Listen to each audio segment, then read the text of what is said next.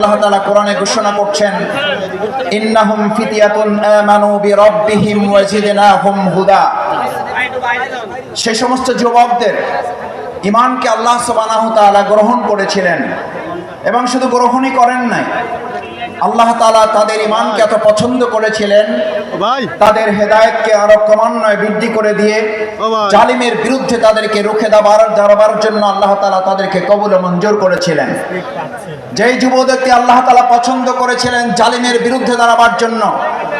আজ এখানে যে তরুণ যুবক এবং তাদের সম্মানিত অভিভাবকরা সাথে এসেছেন, আজকের এই তরুণ যুবকরা হচ্ছে আমাদের এই প্রিয় মাতৃভূমি বাংলাদেশের 2024-এর জুলাই আগস্টের গণ অভ্যুত্থানে যারা আবু সাইদ এবং মুগ্ধের মতো বুক পেতে দিয়ে গুলির সামনে তারা দাঁড়িয়ে বলেছিল, বুকের ভিতর তুমুল ঝড়,